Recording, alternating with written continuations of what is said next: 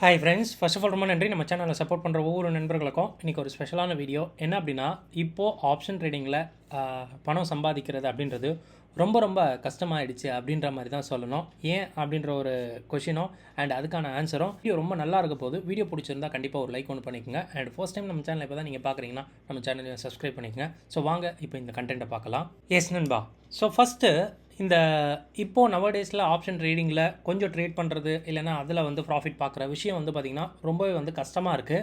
ஏன் அப்படின்ற ஒரு 2 காரணம். அந்த 2 காரணமும் நான் வந்து இந்த இந்த டிசம்பர், ஜனவரி, பிப்ரவரி இந்த 3 மாதமும் ஃபேஸ் பண்ண 1-2 விஷயங்களை நான் வந்து எக்ஸ்பீரியன்ஸை ஷேர் பண்ணுறேன். அண்ட் அதுக்கு என்ன ஐடியாலஜி நான் வச்சுருக்கேன் அப்படின்றதையும் சொல்கிறேன். அது மேபி ஒர்க் ஆகலாம், ஏன்னா நானே வந்து ப்ராக்டிஸில் தான் இருக்கேன். அப்படின்றதுனால மொதல் விஷயம் என்ன அப்படின்னா, நம்ம இந்த நவம்பர் அப்டேட்க்கு அப்புறம் நம்ம ஒரு வீடியோ போட்டிருந்தோம். இந்த மாதிரி செபி கொடுத்த சேஞ்சஸ்னால என்னென்ன பிரச்சனை வரலாம் அப்படின்ட்டு. பட் அது ரியலாக இப்போ நம்ம ஃபேஸ் பண்ணும்போது தான் விஷயம் தெரியுது. நான் அதிலே சொல்லியிருந்தேன், ஹை லாட் சைஸ் இருந்தால் கண்டிப்பாக வந்து it carries high risk reward இருக்கும் அப்படின்னு சொல்லிட்டு. பட் அது எந்த அளவு ஹை ரிஸ்க் இருக்கும், எந்த அளவு ரிவார்டு இருக்கும் அப்படின்றதுக்கு ஒரே ஒரு நான் போட்ட ஒரு ஸ்ட்ராட்டஜி நான் சொல்கிறேன். ரொம்ப இன்ட்ரெஸ்டிங்காக இருக்கும். என்ன அப்படின்னா, இதுக்கு முன்னாடி நான் கவர்ட் கால் வந்து யூஸ்வலாக பண்ணுறது தான், ஓகேங்களா. ஸோ அது வந்து ரிஸ்க்கு தெரியும். ஸோ வந்து ரிஸ்க்கு தெரிஞ்சு தான் பண்ணுறது. ஆனால் இப்போது லாஸ்ட்டாக வந்து ஒரு 2 மாதமாக பண்ணும்போது என்ன மாதிரி இருக்குது அப்படின்னா, மந்த்லி கான்ட்ராக்டாக ஆகிடுச்சு ஒன்று. ஸோ அதனால் நம்ம செல் பண்ணுற ஆக்சுவலாக கவர்ட் கால்னால் ஒன்றும் இல்லைங்க, ஃப்யூச்சரை பை பண்ணிவிட்டு கால் ஆப்ஷனை வந்து செல் பண்ணுவோம். ஸோ இப்படி செல் பண்ணுற ஆப்ஷன், ஒரு உதாரணத்துக்கு அந்த ப்ரைஸ், அந்த இண்டெக்ஸ் வந்து பார்த்திங்கன்னா வேகமாக இறங்குது. ஆனால் அதில் துளியும் கால்வாசி கூட வந்து பார்த்திங்கன்னா இந்த ஆப்ஷன் வந்து இறங்க மாட்டுது.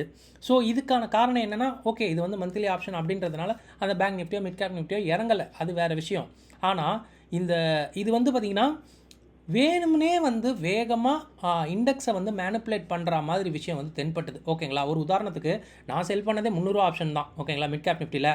ஸோ இண்டெக்ஸே வந்து 200 பாயிண்ட் விழுது அப்படின்னா, இங்கே இந்த ஆப்ஷன் வந்து பார்த்திங்கன்னா ஒரு 50 ரூபா 60 ரூபா கூட இறங்க ரொம்பவே கஷ்டப்படுது, ஓகேங்களா. ஸோ இதனால் மார்க்கெட் ஈஸியாக ஏறிடுமா அப்படின்னு கேட்டிங்கன்னா அப்படி கிடையவே கிடையாது. ஏன்னா இங்கே 200 இறங்கும் போது 60 ரூபா தான் ப்ராஃபிட்டு. அப்போது 140 ரூபா வந்து நீங்கள் ரிஸ்கில் இருப்பீங்க. ஸோ இதோட லாட் சைஸுமே எவ்வளோ அப்படின்னா, எனக்கு தெரிஞ்சு 120 குவான்டிட்டி. ஸோ 120 குவான்டிட்டி இன் 150 ருபீஸ் அப்படின்னு சொல்லும்போது கிட்டத்தட்ட வந்து பார்த்திங்கன்னா 18,000லேருந்து 20,000 ரூபா ரிஸ்க் வந்து பார்த்திங்கன்னா எனக்கு வித்தின் ஒரே ஒரு நிமிஷத்தில் வந்தது. எப்படி? ஒரே நிமிஷத்தில். சின்ஸ் நம்ம லாட் சைஸ் கம்மியாக இருந்தால் எனக்கு இவ்வளோ வந்திருக்காது, ஓகேங்களா. ஸோ ஈவன் வந்து எனக்கு 200 பாயிண்ட் விழுந்திருந்தால் கூட இவ்வளோ வந்திருக்காது. ஏன்னா லாட் சைஸ் வந்து பார்த்திங்கன்னா இதுக்கு முன்னாடி எனக்கு தெரிஞ்சு 50 தான் இருந்தது. 50ன்னு இருக்கும்போது அங்கே நான் வந்து ரொம்ப சேஃபாக தான் இருந்தேன், ஓகேங்களா. ஸோ நான் வந்து பெரிய ப்ராஃபிட் எப்போ பண்ணுவேன் அப்படின்னா, கவர்ட் காலில் நியர்லி வந்து எக்ஸ்பைரி அப்போ தான் நல்லா பண்ண முடியும். ஸோ இது வந்து கண்டிப்பாக இது நான் ஜனவரி மந்த் பண்ணது தான், ஓகேங்களா. ஸோ அப்போ வந்து எனக்கு ஒரு சின்ன கிளாரிட்டி இல்லை, பிகாஸ் மந்த்லி எக்ஸ்பைரியில் இந்த மாதிரி ப்ரீமியம் கரையாமல் இருக்கிறது வந்து எனக்கு தெரியல. அதுக்கப்புறம் தான் கொஞ்சம் சுதாரிச்சுக்கிட்டேன். சின்ஸ் இது வந்து நான் பட்ட விஷயம். மார்க்கெட் இறங்குது. ஸோ மார்க்கெட் இறங்கும்போது உங்களுடைய கால் ஆப்ஷன் எனக்கு ஆப்போசிட்டாக சதி பண்ணுது. இன்னொன்று என்ன அப்படின்னா, ஹை லாட் சைஸ் வந்து எனக்கு ஆப்போசிட்டாக எனக்கு ப்ளே பண்ண விஷயந்தான். ஸோ அப்போவே முடிவு பண்ணிட்டேன். அவன் காட்டியிருந்தான், ஓகேங்களா. ஒரு உதாரணத்துக்கு அந்த மிட் கேப்பில் அவன் காட்டின ப்ராஃபிட் கிட்டத்தட்ட 30,000 ரூபா. ஆனால் மார்க்கெட் எனக்கு ஒரே நிமிஷம் எனக்கு நல்ல ஞாபகம் இருக்குது, ஒரே நிமிஷம் அந்த இண்டெக்ஸு 1.25% வந்து இறங்குச்சுங்க. ஸோ அந்த பர்சன்டேஜ் இறங்குனது தான் வேகமாக. இது நான் கேப் டவுன் சொல்கிறேன், ஓகேங்களா. ஒரு கேப், அதாவது ஓப்பன் ஆகும்போது கிட்டத்தட்ட வந்து பார்த்திங்கன்னா ஃப்ளாட்டாக ஓப்பன் ஆச்சு. ஸோ 1-2 நிமிஷத்தில் வந்து பார்த்திங்கன்னா அது 200-250 பாயிண்ட் இறங்கிட்டு அகெயின் வந்து ஏறிச்சு. பட் நம்மளால் கண்டிப்பாக அந்த ஒரு என்டிஎம் லாஸ் எல்லாம் பார்க்க முடியல. என்னோடய கால் ஆப்ஷன் கரையவே கிடையாது, பட் என்னோடய ஃப்யூச்சர் வேல்யூ மட்டும் கரையுது. அப்போது whether it is option trading, so விஷயம் வந்து என்ன அப்படின்னா லாட் சைஸ் தான், ஓகேங்களா. அப்போது இங்கே என்ன அப்படின்னா, ரொம்ப ஹை ரிஸ்க்கும் இருக்குது, ஹை ரிவார்டும் இருக்குது. பட் ரிவார்ட் அட் எக்ஸ்பைரி டே தான், நியர்லி எக்ஸ்பைரி டே தான் கிடைக்க போகுது. ஸோ நம்ம ஒரு ஸ்ட்ராட்டஜியில் பார்க்குறோம் பெரிய ப்ராஃபிட் வரும் அப்படின்ற மாதிரி நினைப்பு, அது அடுத்த விதமாக இருக்கட்டும். பட் சின்ஸ் இங்கே உங்கள் ரிஸ்க்கை வந்து ரொம்ப ஸ்ட்ரிக்டாக வச்சுக்கோங்க அப்படின்றது தான். சின்ன ரிஸ்க் வைக்கிறது தான் இந்த மார்க்கெட்டுக்கு நல்லதும் கூட. ரெண்டாவது ஒரு விஷயம் இதை ஹைலைட் பண்ணணும்.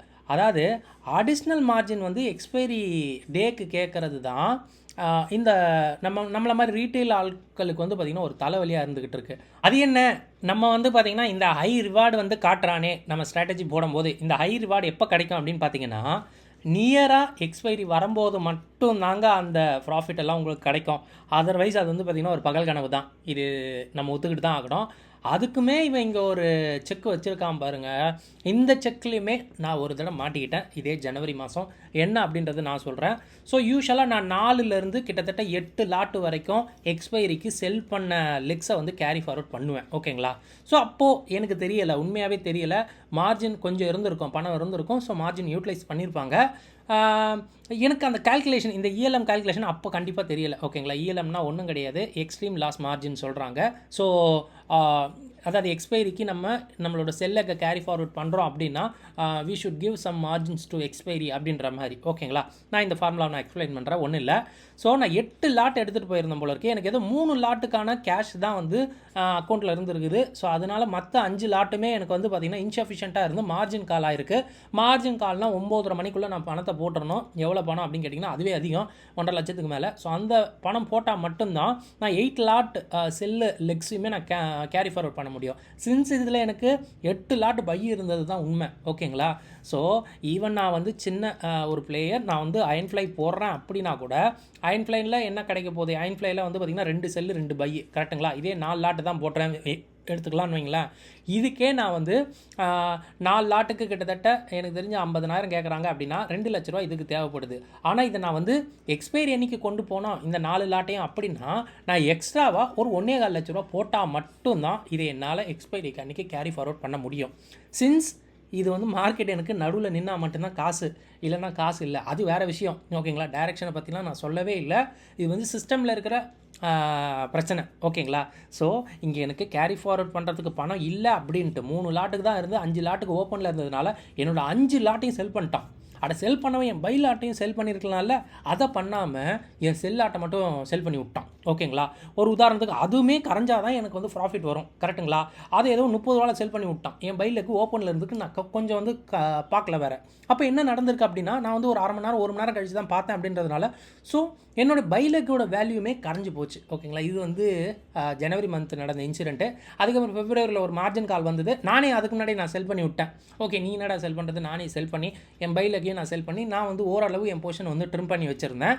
இந்த இஎல்எம் மார்ஜின் என்ன சொல்லுது அப்படின்னா, ஸோ நம்ம ஷார்ட் பண்ணுறோம், நிஃப்டியை ஒரு லாட்டை நம்ம ஷார்ட் பண்ணுறோம் அப்படின்னா சின்ஸ் த எக்ஸ்பைரிக்கு நம்ம கேரி ஃபார்வர்ட் பண்ணும்போது 2% ஆஃப் மார்ஜின் வந்து நம்ம கொடுக்கணும். ஒரு உதாரணத்துக்கு அடிஷ்னல் மார்ஜினுக்கான formula 2% into strike price into lot சைஸ்ன்னு சொல்லிட்டு அவனே இங்கே கொடுத்துருக்கான்.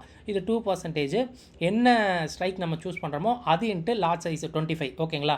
இப்போ இது வந்து பார்த்திங்கன்னா 75 மாறிடுச்சு, அது வேறு விஷயம். அதுக்கு மார்ஜின் கொடுக்கணும். ஓகேங்களா? ஸோ 25 = வந்து பார்த்திங்கன்னா 12.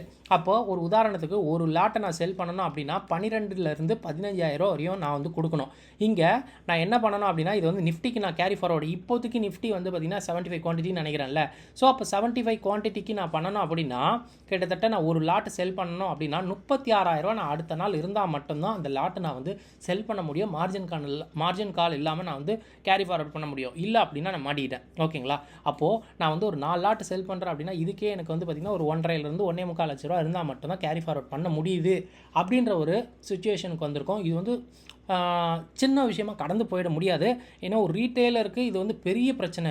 ஓகேங்களா? இந்த ஹை ரிவார்டுக்காக தான் நம்ம வரோம் அப்படின்னு தெரிஞ்சு நமக்கு எக்ஸ்பைரியில் இந்த மாதிரி ஒரு விஷயத்தை வைக்கும்போது ஒன்றுமே பண்ண முடியல மார்க்கெட்டில் அப்படின்றது வந்து ஒத்துக்கிட்டு தான் ஆகணும். ஓகேங்களா? ஸோ இந்த பேசின விஷயம் எதுக்கு அப்படின்னு கேட்டிங்கன்னா, ஆல்ரெடி மார்க்கெட்டில் நம்ம ப்ராஃபிட் பண்ணுறது அப்படின்றது ரொம்ப கஷ்டமாக இருக்குது. அதில் இந்த மாதிரி ஒரு எக்ஸ்டர்னல் ஃபேக்டர்ஸ் வந்து நமக்கு அகேன்ஸ்டாக இருக்கும்போது இன்னுமே வந்து தொல்லை தான் கொடுக்குது அப்படின்ற மாதிரி இருக்குது. ஓகேங்களா? சின்ஸ் வந்து நம்மக்கிட்ட கேஷ் இருக்குது, மற்ற நாள் எல்லாம் என்னால் ஹோல்ட் பண்ண முடியுது, என்னால் எக்ஸ்பைரி மட்டும் ஹோல்ட் பண்ணுறதுக்கு நீ எக்ஸ்ட்ரா கேஷ் எடுத்துகிட்டு வரணும் அப்படின்னு சொல்லும்போது கண்டிப்பாக இங்கே நம்ம வந்து அடி வாங்குகிறோம் அப்படின்றது தான் தெரியுது. ஓகேங்களா? ஸோ செக் பண்ணுங்கள். இந்த ரெண்டு விஷயத்தையும் நான் வந்து ஃபேஸ் பண்ணேன். எனக்கு ஏதோ இது வந்து பார்த்திங்கன்னா ரொம்ப வந்து ஆர்ஓயில் ட்ராப்பாக இருக்கட்டும். ஸோ விஷயங்கள் வந்து கொஞ்சம் வந்து கஷ்டமாக இருக்க மாதிரி தான் தெரியுது. அதனால தான் இந்த பதிவு. ஸோ இந்த வீடியோ உங்களுக்கு ரொம்ப ஹெல்ப்ஃபுல்லாக இருந்திருக்கும்னு நினைக்கிறேன். இந்த வீடியோ பார்த்ததுக்கு ரொம்ப நன்றி. தேங்க்யூ. ஜெய் ஹிந்த்.